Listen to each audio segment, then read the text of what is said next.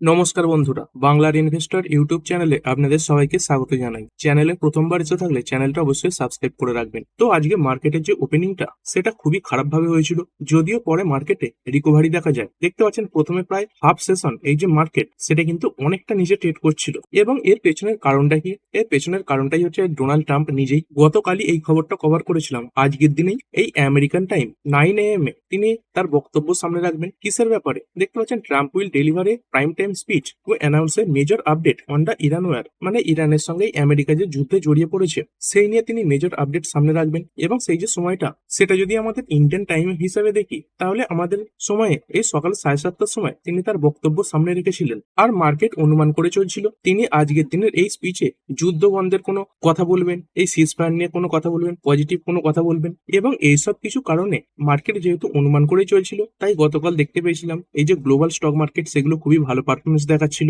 তারই সঙ্গে সঙ্গে আমাদের এই যে গিম নিফটি রয়েছে এখানে খুব সুন্দর একটা পারফরমেন্স দেখতে পাওয়া যাচ্ছিল। এবং তারই সঙ্গে সঙ্গে এই যে ক্রুড অয়েলের প্রাইস এটাও পড়ে গিয়েছিল। কিন্তু আজকের দিনে তিনি তার যে বক্তব্য সামনে রেখেছেন সেখানে তিনি পুরোপুরি 180 ডিগ্রি ঘুরে গেছেন। কেন ঘুরে গেছেন বলছি, কারণ এর আগে তিনি বলছিলেন এই যুদ্ধ থেকে তিনি বেরিয়ে আসতে চান, কোনো ডিল হলো কি হলো না সেই ব্যাপারে তার জানার প্রয়োজন নেই, এই স্টেট অফ হরমুজ সেটা খোলার দিকে তিনি নজর দেবেন না। কিন্তু আজকে যদি বক্তব্যের পরে দেখেন গ্লোবাল মার্কেটে ক্র্যাশ দেখা গেছে। এই জাপানের মার্কেট এটা সকালে ওপেন হয়ে যায়, দেখতে পাচ্ছেন এই নিক্কেই 2.38% পড়ে বন্ধ হয়েছে। তারই সঙ্গে সঙ্গে এই যে কোসপি সাউথ কোরিয়ার মার্কেট দেখতে পাচ্ছেন, এটা একটা ইন্ডেক্স, কোনো একটা স্টক নয়, এই একটা দেশের ইন্ডেক্স 4.5% ডাউন হয়ে গেছে। আর যদি আমাদের ইন্ডিয়ান মার্কেটের কথা বলি, এই গিভ নিফটি দেখতে পাচ্ছেন ওপেনিং তো ভালোই হয়েছিল, তারপরে কিছুক্ষণের মধ্যেই কতটা নিচে পড়ে যায়। তো এখান থেকে বুঝতে পারছেন এই ট্রাম্পের যে বক্তব্য সেটা মার্কেটের পছন্দ হয়নি। যদি গিভ নিফটিতে দেখেন এই ওপেনিংটা দেখতে পাচ্ছেন প্রায় 22,850 কাছাকাছি হয়েছিল, সেখান থেকে কিছুক্ষণের মধ্যেই এই 22,350 কাছাকাছি নেমে এসেছিল,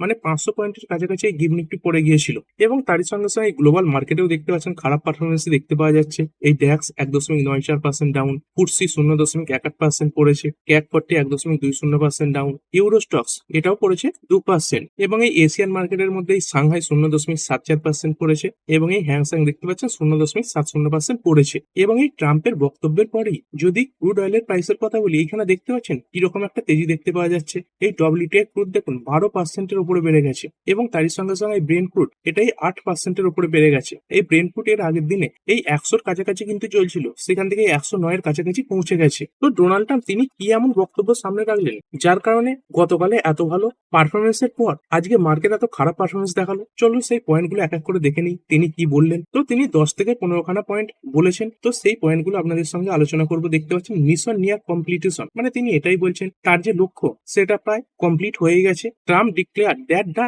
core US military objectives in Iran are almost finished, মানে মিলিটারি যা কিছু কাজ করা ছিল সেই মিলিটারিরা সেই সবকিছু কাজ প্রায় করেই ফেলেছে, কিছু কাজ মাত্র বাকি রয়েছে। তার সঙ্গে সঙ্গে তিনি তো প্রথম থেকে এই যে ভিক্টরি সেটা ক্লেম করছেন, মানে তিনি বলছেন তিনি জিতে গেছেন। He stated emphatically that the US has already won the conflict, তিনি এটাই বলছেন এই যে কনফ্লিক্টে তিনি জিতে গেছেন বা আমেরিকা জিতে গেছে, and just need a little more time to finish the job, আর অল্প কিছু সময় লাগবে তাহলে পুরো কাজটা কমপ্লিট হয়ে যাবে। তার সঙ্গে সঙ্গে এই যে অপারেশন এপিক ফিউরি এটাকে তিনি জাস্টিফাই করেছেন, এটাই বলছেন এই ইরান যে নিউক্লিয়ার প্রোগ্রাম চালাচ্ছিল সেটাকে ধ্বংস করার জন্য এই যে মিলিটারি ক্যাম্পেন সেটার অত্যন্ত প্রয়োজন ছিল, সেই কারণে তিনি এই মিলিটারি ক্যাম্পেন চালিয়েছিলেন। তো এতক্ষণ পর্যন্ত তো সবকিছু ভালো ছিল, কিন্তু তারপরের পয়েন্টগুলো দেখতে পাচ্ছেন বেশিরভাগই কিন্তু নেগেটিভ দিকে। তারপরে কি বলছেন এই 4 নম্বর পয়েন্টে, intensified strikes a was made to hit Iranian targets extremely hard over the next 2 or 3 weeks to wrap up operation, মানে এই অপারেশন এটাকে বন্ধ করার জন্য তিনি পরবর্তী 2 থেকে 3 সপ্তাহের মধ্যে আরো হার্ডলি এই ইরানের উপর অ্যাটাক করবেন। এবং বর্তমানে যে অ্যাটাক গুলো এগুলো তো বলতে পারেন এই সিভিলিয়ান লেভেলে হচ্ছে, এই যে ওয়াটার ইনফ্রাস্ট্রাকচার তার সঙ্গে সঙ্গে পাওয়ার গ্রিড এগুলোর উপরে অ্যাটাকের আলোচনা কিন্তু চলছে। তার সঙ্গে সঙ্গে ইরানের যে নাভাল এটাকে পুরোপুরি ডিস্ট্রয় করে দিয়েছেন এই কথাও বলছেন। Trump claimed the Iranian navy has been absolutely destroyed and is no longer a functional force, মানে এটাই বলছেন এই নেভি এরা সেরকম কোনো ক্ষমতা নেই। তার সঙ্গে সঙ্গে এটাও বলেছেন ইরানের এই ডিফেন্স ম্যানুফ্যাকচারিং যে ক্যাপাবিলিটি সেটাকেও তিনি ধ্বংস করে দিয়েছেন। ইরান যে আগে বেশি বেশি করে এই ডিফেন্স ম্যানুফ্যাকচার করছিল সেটা আর করতে পারবে না। এছাড়াও এর আগে 12 দিন ব্যাপী যে একটা যুদ্ধ চলেছিল এই ইরানের সঙ্গে, এই অপারেশন মিডনাইট হ্যামার তখন আমেরিকার তরফ থেকে করা হয়েছিল, এই ইরানের নিউক্লিয়ার সাইটগুলোর উপর বোমা বর্ষণ করা হয়েছিল। সেটাই বলছেন এই মিডনাইট হ্যামার অপারেশনে ইরানের যে নিউক্লিয়ার সাইটগুলো সেগুলো সাকসেসফুলি ধ্বংস হয়েছে। তারপরে রেজিমি চেঞ্জ, মানে তিনি এই যে ইরানের শাসন ব্যবস্থা এটা পরিবর্তন করবেন বলেছিলেন, এই ব্যাপারে কি বললেন? তো তিনি এটাই বলছেন, ইট ওয়াজ নট দ্য অরিজিনাল গোল, মানে এটা আমেরিকার কোনো প্রাথমিক লক্ষ্যই কিন্তু ছিল না। তো তিনি এর আগে বারবারই বলছিলেন ইরানের এই যে রেজিমি সেটা তিনি চেঞ্জ করবেন, তার মনোমতো লিডারকে এই ইরানে বসাবেন, কিন্তু তিনি এখন সেই ব্যাপারটা থেকে পাল্টি মারছেন। তিনি এটাই বলছেন ইরানের টপ লিডারশিপ যারা মারা গেছেন তার ফলে অটোমেটিক এই যে রেজিমি সেটা চেঞ্জ হয়ে যাবে। আর এই স্টেট অফ হরমুজ এটা নিয়ে তিনি কি বলছেন? তো তিনি আগে বারবার বলছেন স্টেট অফ হরমুজ এটাকে তিনি খুলিয়েই ছাড়বেন। তো সেই ব্যাপারটা থেকেও কিন্তু তিনি ঘুরে দাঁড়িয়েছেন। দেখতে পাচ্ছেন Trump down played the importance of the state to the US, মানে এটাই বলছেন স্টেট অফ হরমুজ এটাকে ওপেন করা আমেরিকার লক্ষ্য নয়। এছাড়া তিনি এটা বলছেন আমেরিকা এনার্জির উপর স্বনির্ভর, এই বিদেশ থেকে তেল আনার আমেরিকার প্রয়োজন নেই। তার সঙ্গে সঙ্গে অন্যান্য দেশের ব্যাপারে বলেছেন take it yourself, he told allies who rely on middle eastern oil to go to state of Hormuz and protect it themselves, মানে নিজেদের তেল নিজেরা বুঝে নাও, সেই পুরনো কথাই তিনি বলছেন। এছাড়া অন্যান্য দেশগুলোকে তিনি বলছেন যে আমেরিকার কাছে যথেষ্ট পরিমাণে তেল রয়েছে, সেগুলোও চাইলে কিনতে পারো। আর এনার বক্তব্যের পরেই মার্কেটে মূলত বড় ক্র্যাশ কিনতে এসেছে এবং তার সঙ্গে সঙ্গে এই যে অয়েল প্রাইস সেটা 7% উপরে বেড়েছে। আর এই ওয়ার থেকে এক্সিটের ব্যাপারে তিনি কি বলেছেন? তো এই ব্যাপারে তিনি স্পষ্ট করে কিছু বলেননি যে কতদিন লাগবে এই ওয়ার থেকে বেরিয়ে আসতে। এটাই তিনি বলেছেন পরবর্তী 2 থেকে 3 সপ্তাহের মধ্যে এই যে স্ট্রাইক সেটা আরো বাড়তে পারে। আর এই গ্রাউন্ড ট্রুপ এই ব্যাপারে কি বলছেন, মানে ইরানে যে গ্রাউন্ড ট্রুপ নামাবেন বলেছিলেন, তো সেই ব্যাপারটাও কিন্তু আজকের স্পিচে আনক্লিয়ার ছিল। তো ওভারঅল টোন কি দেখতে পাচ্ছেন, এই আমেরিকা ফার্স্ট এটাই ডোনাল্ড ট্রাম্পের টোন ছিল। এবং এই ব্যাপারেও তিনি সিগন্যাল দিয়ে দিয়েছেন যে গ্লোবাল অয়েল রুট মানে স্টেট অফ হরমুজ এইটা খোলার ব্যাপারে আমেরিকা কোনো প্রকার আর কাজ করবে না। এবং তার সঙ্গে সঙ্গে এটাও বলেছেন এই যে স্টেট অফ হরমুজ বন্ধ হয়েছে এতে আমেরিকার কোনো দোষ নেই, এই ইরান তাদের দিক থেকে এই যে স্টেট অফ হরমুজ এটা বন্ধ করে রাখছে। তো সামারি কি দাঁড়াচ্ছে, আমরা গতকাল থেকে যে একটা আন্দাজ করছিলাম যে আজকে ডোনাল্ড ট্রাম্প বক্তব্য রাখবেন, তিনি এটাই বলবেন একটা সিজফায়ার ঘোষণা হয়ে গেল, এই যুদ্ধ পুরোপুরি বন্ধ হয়ে গেল, আমেরিকা পিছিয়ে এলো যুদ্ধ থেকে। তো সেরকম কোনো কিছুই শোনা গেল না। তো এর ফলে মার্কেটে আনসার্টেনিটি এটা আরো বেশি বাড়লো। এই পেট্রোল বলুন ডিজেল বলুন এগুলো প্রায় প্রতিটা দেশেই আস্তে আস্তে ঘাটতির দিকে চলে যাচ্ছে। এমনকি আমেরিকার মার্কেটেও এই ডিজেল পেট্রোল এগুলোর দাম বাড়ছে। মানে ডোনাল্ড ট্রাম্প তিনি বারবার তার যে কথা সেটা পাল্টাচ্ছেন, কখনো বলছেন যুদ্ধ তিনি বন্ধ করবেন, কখনো বলছেন এই স্টেট অফ হরমুজ এটা ওপেন করবেন না, কখনো বলছেন করবেন। তার সঙ্গে সঙ্গে গ্রাউন্ড ট্রুপের ব্যাপারগুলো সব ব্যাপারে কিন্তু কোনো ক্লিয়ারিটি দেখতে পাওয়া যাচ্ছে না। আর অন্যদিকে ইরান তারা একটা সিদ্ধান্তেই অনড় রয়েছে যে তারাও এই যুদ্ধ বন্ধ করতে ইচ্ছুক, কিন্তু তাদেরকে গ্যারান্টি দিতে হবে। কিসের গ্যারান্টি? যে পরবর্তীকালে এই ইসরায়েল বা আমেরিকা এই ইরানের উপর কোনো প্রকার অ্যাটাক করবে না। আর আজকে বিভিন্ন বড় বড় ব্লাস্টের খবরও শোনা গেছে। দেখতে পাচ্ছেন ইরানিয়ান যে সিটি রয়েছে সেখানে হিট হার্ড হয়েছে, হিউজ ব্লাস্টের খবরও কিন্তু শোনা গেছে। তো একটা মিসাইল বেসে এরকম বড় অ্যাটাক হয়েছে, মানে বুঝতে পারছেন এই মিলিটারি লেভেলে অ্যাটাক চলছে, এই বিভিন্ন যে ডিফেন্স ইন্ডাস্ট্রি রয়েছে সেখানে অ্যাটাক চলছে।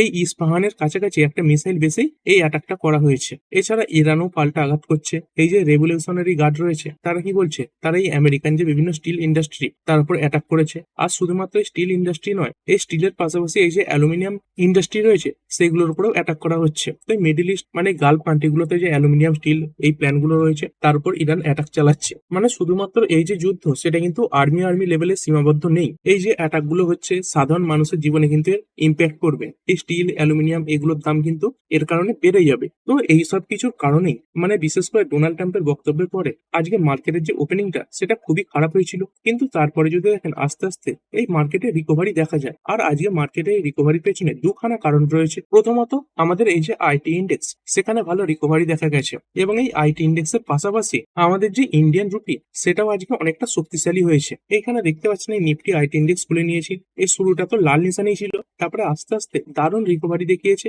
এবং এই নিফটি আইটি ইন্ডেক্স আজকে 2.5% উপরে বেড়েছে। আর এই নিফটিতে নিফটি আইটির একটা বড় ওয়েটেজ রয়েছে এবং তার কারণে এই নিফটি এতটা ভালো রিকভারি দেখালো। এবং তারই সঙ্গে সঙ্গে ইন্ডিয়ান রুপিও দেখতে পাচ্ছেন যেটাই 95 উপরে উঠে গিয়েছিল সেখান থেকে আস্তে আস্তে কিন্তু 93 কাছাকাছি নেমে এসেছে। আর কি কারণে এই রুপি এত শক্তিশালী হচ্ছে? তো এই আরবিআই ইউএস ডলারের ব্যাপার নিয়ে ব্যাংকগুলোকে কিছু নির্দেশ দেওয়ার পরেই এই যে রুপি সেটা শক্তিশালী হচ্ছে। এই আরবিআই কি নির্দেশ দিয়েছিল যে ব্যাংকগুলোর এই ডলারের যে ওপেন পজিশন সেটাই $100 মিলিয়ন নামিয়ে নিয়ে আসতে হবে, এবং এর জন্য কতদিন টাইম বেঁধে দিয়েছিল দেখতে পাচ্ছেন, এপ্রিলের 10 তারিখ পর্যন্ত এই যে টাইম সেটা বেঁধে দিয়েছিল। এই এপ্রিলের 10 তারিখ পর্যন্ত এই যে রুপি সেটা কিন্তু আস্তে আস্তে শক্তিশালী হতে পারে বা এই লেভেলেও দাঁড়িয়ে যেতে পারে। কিন্তু সব থেকে বড় চিন্তা হচ্ছে এরপরে কিন্তু এই যে রুপি সেটা আবার আস্তে আস্তে দুর্বল হতে পারে। আর এরপরে বিভিন্ন ইন্ডেক্স গুলো দেখে নেবো। নিফটি 50 এটা তো সামান্য পজিটিভে বন্ধ হয়েছে, নিফটি নেক্সট 50 এটাও সামান্য সামান্য পজিটিভে বন্ধ হয়েছে।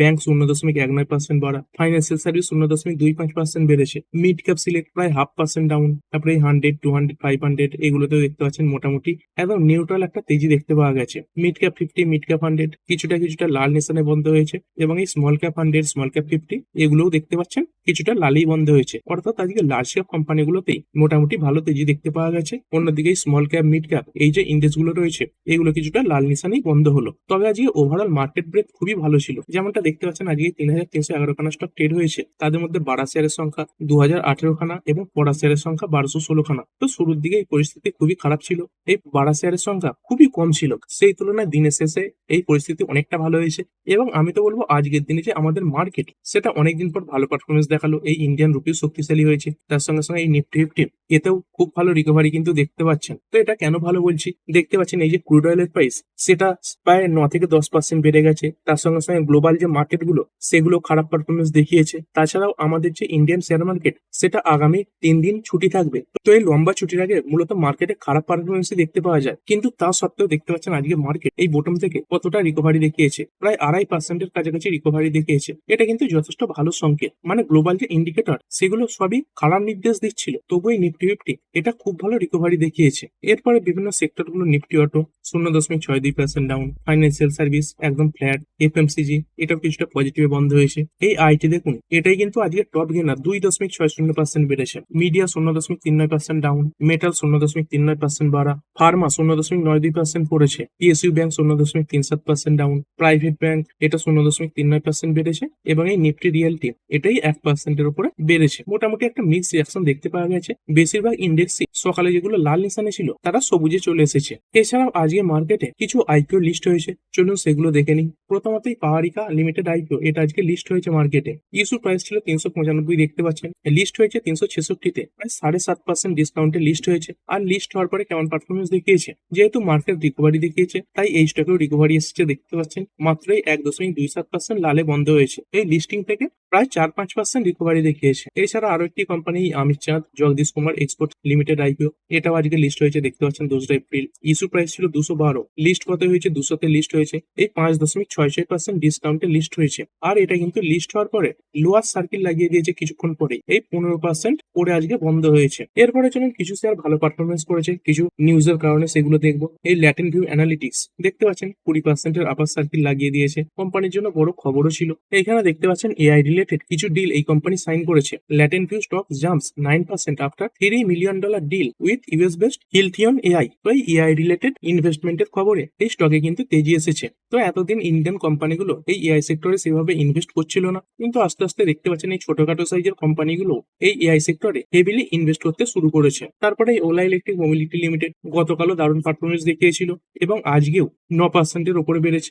গতকাল বাড়ার পেছনে কারণ ছিল কোম্পানির সেলসের ডেটা। কোম্পানির সেলসের ডেটা খুব ভালো এসেছিল, এবং তারই সঙ্গে সঙ্গে কোম্পানির যে সার্ভিস সেটা ইমপ্রুভ হয়েছিল। আর আজকের দিনের বাড়ার কারণ কি, আজকের দিনে যদি বাড়ার পেছনে কারণের কথা বলি, কোম্পানি দেখতে পাচ্ছেন তাদের যে বাইকের দাম সেগুলো অনেকটা কমিয়ে দিয়েছে। এই যে রোডস্টার 9.1 এই যে বাইকটা, তার দাম দেখতে পাচ্ছেন 30% পর্যন্ত কমিয়ে দিয়েছে। তো এবার অনেকে বলবেন বাইকের দাম কমিয়েছে তাহলে তো কোম্পানির লস হবে, তাহলে কেন কোম্পানিটা আজকে বাড়লো? প্রথমত এর ফলে বাইকের যে চাহিদা সেটা বৃদ্ধি পাবে। আর কোম্পানি কিভাবে তাদের এই বাইকের দাম কমালো? কোম্পানি কিন্তু লস করেই বাইকের দাম কমাচ্ছে না। কিভাবে কমিয়েছে তাহলে? এই কোম্পানির নিজস্ব ব্যাটারি রয়েছে, এই 4680 ভারত সেল। তো এই নিজস্ব ব্যাটারি ইউজ করাতে কোম্পানির যে প্রোডাকশনের খরচ সেটা অনেকটা কমে যাচ্ছে। কারণ অন্যান্য কোম্পানি থেকে এই যে সেল বা ব্যাটারি এটা আমদানি করতে হলে অনেক বেশি টাকা লাগতো, কিন্তু নিজস্ব ব্যাটারি ইউজ করার কারণে কোম্পানির প্রোডাকশন কস্ট এটাই অনেকটা কমে যাচ্ছে, এবং সেই কারণে কোম্পানি আগের থেকে অনেকটা কম দামে এই যে রোস্টার 9.1 সেটা দিতে পারছে। এইখানে দেখতে পাচ্ছেন এই রোস্টার 9.1 এই যে মডেলটা, যার প্রাইস আগে ছিল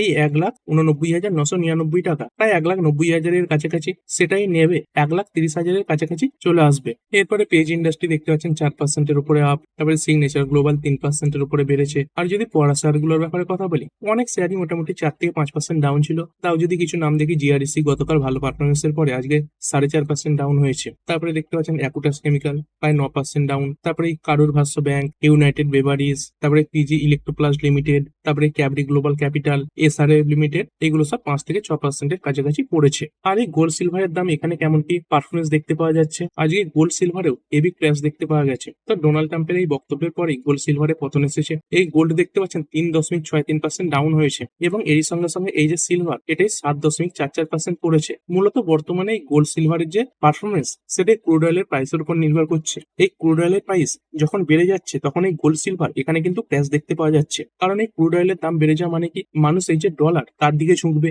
বড় বড় ইনভেস্টররা ডলারের দিকে ইনভেস্ট করবে। অর্থাৎ এই গোল্ড সিলভার এগুলো থেকে টাকা বেরিয়ে যাবে, বা এইদিকে মানুষের যে নজর, সেটা কিন্তু আসবে না। এই সিলভারে আজকে 18,000 টাকার কাছাকাছি ক্র্যাশ দেখতে পাওয়া যাচ্ছে এই মুহূর্তে। আর ভিডিও শেষে নিফটি ফিফটি আবার দেখে নেবো। আজকে মোটামুটি নিফটি ফিফটিতে অর্ধেক কোম্পানি সবুজে এবং অর্ধেক লালে বন্ধ হয়েছে। দেখতে পাচ্ছেন 24টা সবুজে এবং 26টা লালে বন্ধ হলো। আর এদের মধ্যে কোনগুলো সব থেকে ভালো এবং খারাপ পারফরমেন্স দেখিয়েছে? এই বেশিরভাগই যেগুলো ভালো পারফর্ম করেছে দেখতে পাচ্ছেন, এই আইটি সেক্টর থেকে বিলং করছে। এইচসিএল টেক 3% বেড়েছে, টেক মাহিন্দ্রা তারপরে 2.46% বাড়া, তারপরে টাটা কনজিউমার এটাই এফএমসিজি সেক্টর থেকে 2.06% বেড়েছে। তারপরে আবার দুটো এই আইটি সেক্টর থেকে উইপ্রো 1.89%, ইনফোসিস সেটা 1.71% বেড়েছে। আর পড়া শেয়ার কোনগুলো রয়েছে? পড়া শেয়ারের মধ্যে এশিয়ান পেন্টস 2.49% ডাউন, এই ক্রুড অয়েলের দাম বেড়েছে, তার ইম্প্যাক্ট পড়েছে। তারপরে এই আইচার মোটর এটা পড়েছে 2.42%, সান ফার্মা 2.11% ডাউন, তারপরে ইটার্নাল পড়েছে 1.92%, এবং বাজাজ অটো এটা 0.25% পড়েছে। তো ঠিক আছে বন্ধুরা, এই ভিডিওটা এখানেই শেষ করছি। পরবর্তী ভিডিওতে আরো কিছু নিউজ কভার করা হবে। তো ঠিক আছে বন্ধুরা, আশা করছি ভিডিওটা আপনাদের ভালো লেগেছে। আপনি চাইলে এটাকে লাইক এবং শেয়ার করতে পারেন। আর শেয়ার মার্কেট সংক্রান্ত ডেইলি নিউজ আপডেট পেতে চ্যানেলটা সাবস্ক্রাইব করে রাখবেন এবং পাশে থাকা বেল আইকনটি টিপে অল অবশ্যই সিলেক্ট করে রাখবেন, যাতে পরবর্তী ভিডিওর নোটিফিকেশন আপনার কাছে সময় মতো পৌঁছে যায়। আর হ্যাঁ, ভিডিওটি শুধুমাত্র ইনফরমেশন এবং এডুকেশনাল পারপাসের জন্য বানানো হয়েছে। আমি সেবি রেজিস্টার্ড নই, তাই কোনো প্রকার শেয়ারে কোনো প্রকার বাই, সেল, হোল্ড বা অ্যাভারেজ করার কোনো সিদ্ধান্ত নেওয়ার আগে আপনার যে ফাইন্যান্সিয়াল অ্যাডভাইজার আছে তার সঙ্গে অবশ্যই আলোচনা করবেন। দেখা হচ্ছে পরের ভিডিওতে। ধন্যবাদ।